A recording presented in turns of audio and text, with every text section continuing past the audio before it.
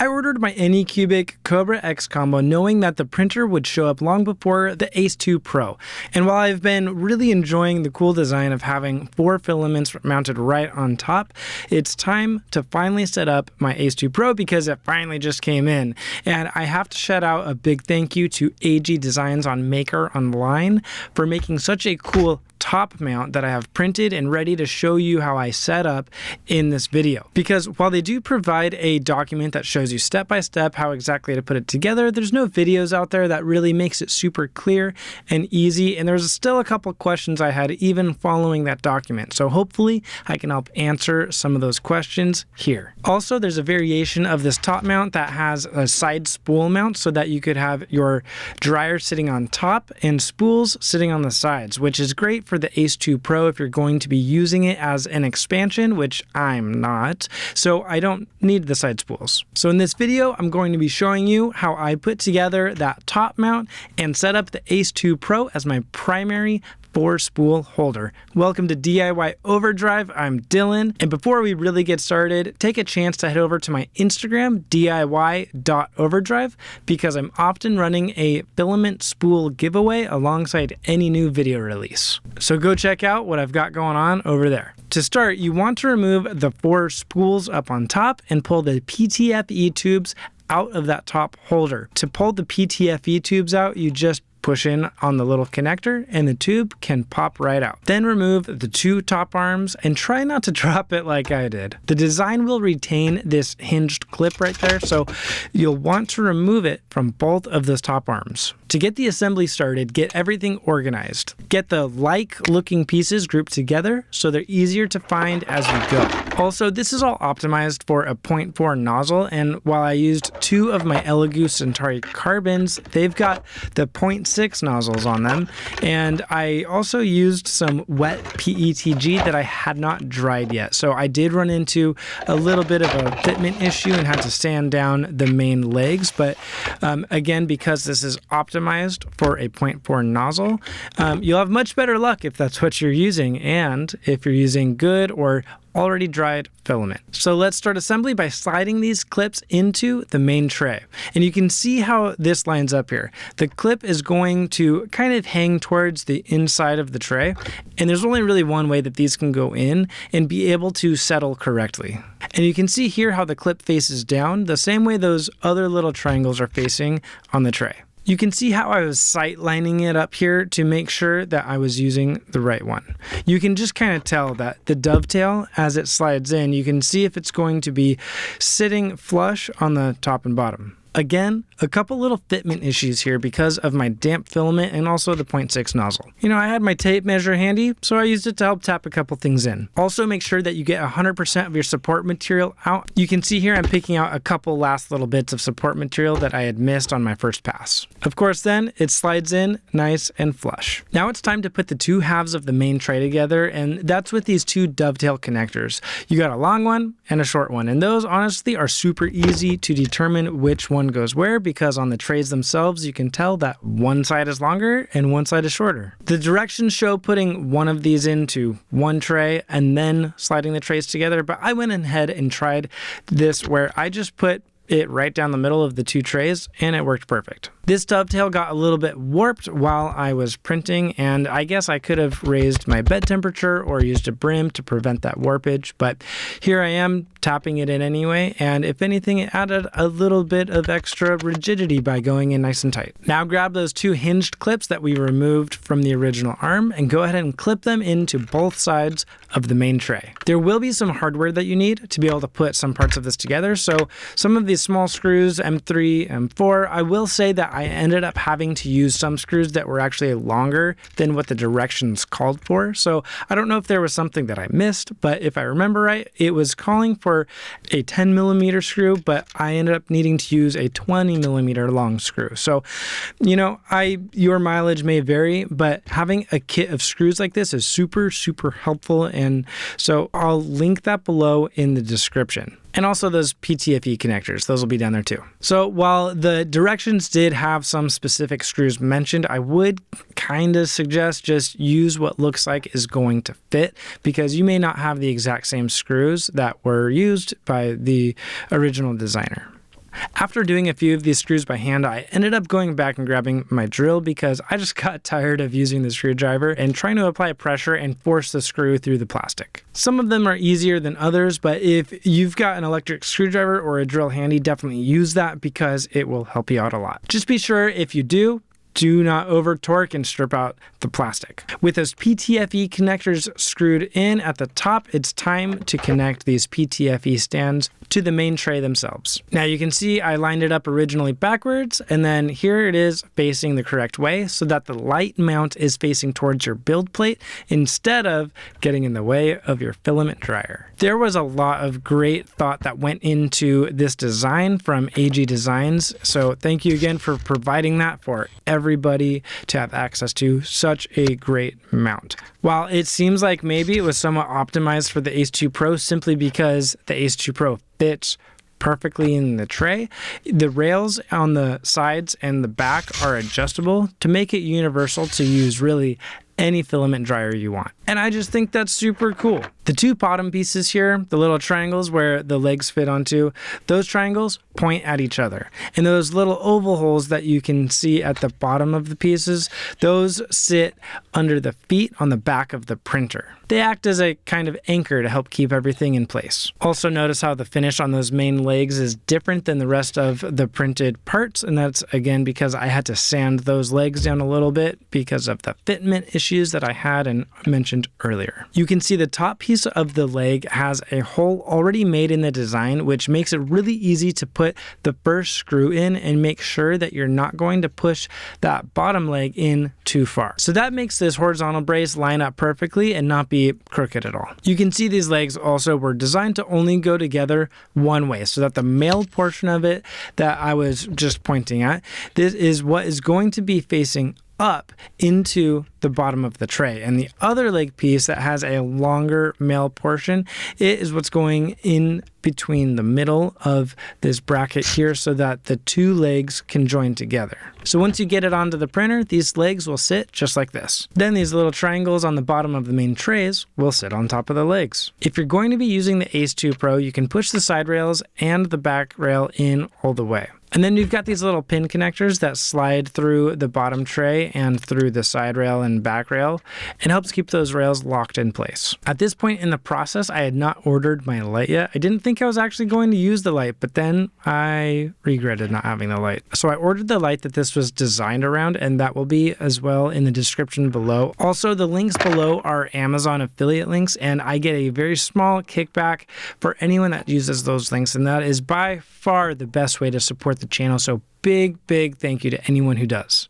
I start by dropping the legs in and putting the printer feet into those ovals that I showed you earlier to make sure those legs aren't going anywhere. The top tray goes on easy. You can line up the mounts that go at the top of the printer just like you did with the original arms. Line up the little triangles with the legs and then go ahead and clip it on. This is me putting the Ace 2 Pro up there to see if the side rails need to hang out at all, but it turns out that the side rails can get pushed all the way in like I told you before. Again, like I mentioned before, I ran into a little bit of a tight fitment here, which again was completely my fault, but they ended up tapping in just fine. Also, I didn't know until just a couple months ago how big of a difference a filament dryer makes. I've got the ComGrow. I know there's a couple different brands that sell the same exact model, but the one that I use I will link below, and I got it because it goes up to 85 degrees Celsius, which is required if you're going to be drying things like ASA and ABS. I also tend to use some cheaper filament, and drying it before using it makes an absolute world of difference. I was amazed how much better the printing came out when I had dried it first. So I'm not showing you how to set this up as an expansion because I am just using it as my 4 main spool holders so that my 4 colors are going to work just as quick as if they were on the spool holders that were on the top. Instead of, if you use it as an expansion, you have to wait a lot longer for each color change during the print, and it adds print time and waste if you're running the Ace through the 4-in-1 hub that all end up running through the 4th PTFE input on the print head itself. So this is a way that I can keep everything dry and maintain the original speed and filament savings of the original design of the printer. While the Ace 2 Pro doesn't get as hot as some of the other filament dryers, it is nice just having something that is dedicated to this printer, and also gives me the option if I ever do need a 7-color print, I've got all the parts here that I need to be able to do that. So you can see here the PTFE tube that is closest to the camera, which if you're looking at the back of the Ace, it's going to be the output on the right side. So from right to left, it starts at 1, then goes 2, 3, 4, and you'll see a graphic later on the printer that's actually completely incorrect and out of order. And just to be very, very, very clear, again, there's a surprising number of people on Facebook that tell you you cannot set the Ace 2 Pro up like this. They think that you have to use that 4-in-1 hub that will extend the print times if you're doing multiple filaments through the 4-in-1 hub. Again, you can use the Ace 2 Pro standalone, like how I'm setting it up here, with just 4 spools running directly into the print head, rather than using it as an expansion. It takes a little bit of wiggling back and forth to find the perfect spot in at least my space where I can push the printer back enough that I'm not squishing the PTFE tubes too much. But anyway, it's just something that you want to think about if you are putting it up against a wall. You don't want too much pressure on the filament inside of the tubes. So try to make sure the bends and curves of those tubes are happy, because if not, you'll run into some jamming and errors and you'll get very frustrated. Also, I'm not 100% convinced that this is the best way to route. I might zip tie them down or do something slightly different, just because the tubes kind of get in the way of the Ace 2 Pro lid as it opens, which isn't a big deal. I just kind of push the tubes out of the way when I open it, which you can see me do right there. So anyway, now plug in the power, then grab the data cable, and the data cable has a one side with 6 prongs and the other side with 4. And be careful not to use the incorrect cable, because the Ace 2 Pro comes with one that is, I think it was labeled for the S1 printers.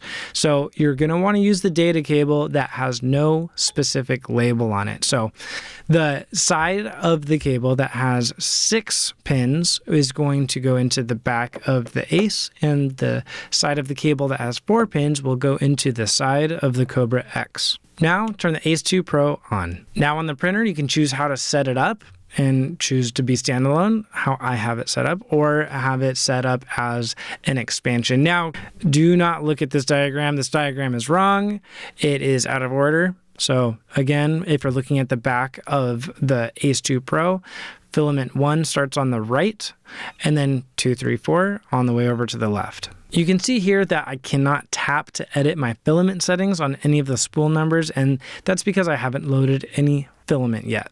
Now, something that I thought was a little strange, I didn't really know what to expect because this was my first Ace, but when you put the filament in and it starts to push it through the tubes, it doesn't push it all the way to the printer. It'll go a little past halfway, maybe 3/4 of the way, and then it'll reel itself back quite a bit, but not all the way. So you load it, it at least will determine that there is filament there, and once it stops moving, then you can set the settings of the filament that you've loaded into the printer. Unless, of course, you've got the RFID, which I tend to not pay for the expensive filament from Anycubic. So I don't have any of those fancy RFID spools. Now I've got a couple filaments loaded. I can go in and adjust the settings, and I like to do this on the printer first and then go into the slicer and sync from the printer to the slicer.